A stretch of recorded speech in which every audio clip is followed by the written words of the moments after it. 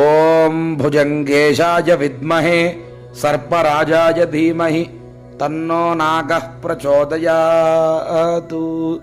ప్రియ భగవద్బంధువులారా, మనమందరం ఈ రోజున నాగదేవతను ఆరాధించి పాలు పోసి పూజలు చేశాం. నిన్నటి రోజున వీడియోలో నాగదేవతని ఆరాధిస్తే ఏం ఫలితం వస్తుందో తెలుసుకున్నాము. ఈ రోజున నాగజాతి అంటే ఏమిటి, నాగజాతులో నాగులలో ఎవరెవరున్నారు, వాళ్ళ పేర్లు ఏమిటి, నాగ పంచమి రోజే నాగుల్ని ఎందుకు పూజిస్తున్నాం, సకల దేవతల్లో నాగులు ఎందుకున్నాయో మనం ఈ వీడియో ద్వారా తెలుసుకునే ప్రయత్నం చేద్దాం. కశ్యప ప్రజాపతి కద్రువ దంపతులకు అనేకమైనటువంటి నాగ సంతానం కలిగింది. వారెవరు అంటే అనంతుడు, తక్షకుడు, వాసుకి, ననినాగుడు, శంఖుడు, కర్కోటకుడు, ఉగ్రకుడు, పిందారకుడు, హహుషుడు, ఐరావతుడు వీళ్ళందరూ కూడా జన్మించారు. జన్మించినటువంటి కొద్ది కాలానికి వాళ్ళ స్వభావాన్ని వాళ్ళు మొదలుపెట్టారు. కనబడినటువంటి వారినల్లా కాటు వేస్తూ భయభ్రాంతులను చేయసాగారు.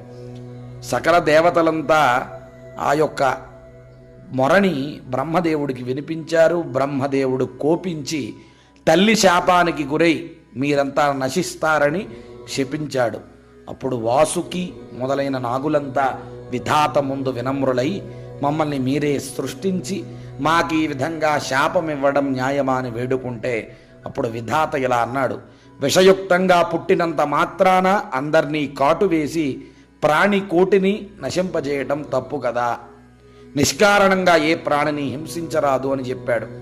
అయితే ఈ శాపానికి విమోచనం ఏమిటి అంటే గరుడ మంత్రము చదివే వారిని ఔషధ సమేతులు తప్పించుకు తిరగండి.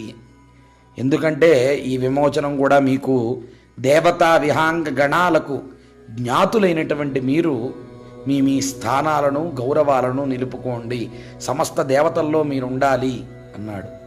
వాయుభక్షకులై గాలిని ఆహారంగా తీసుకుని సాధుజీవులుగా మారండి, మీ నాగులంతా అతల వితల పాతాళాలలో నివాసం చేయండి అని బ్రహ్మ శాసించగా వారంతా ఆయన యొక్క ఆజ్ఞను శిరసావహించారు. దేవతలంతా నాగులను ప్రశంసించారు. దివ్య ప్రభావ సంపన్నమైన నాగజాతికి కృతజ్ఞతాపూర్వకంగా నాగుల జన్మదినమైన నాగ పంచమి రోజున వారిని పూజ చేయటం మనందరం కూడా మొదలుపెట్టాము. ఆ యొక్క నాగదేవతా అనుగ్రహంతో సమస్త మంగళాలు సమస్త శుభాలు మనకి కలిగి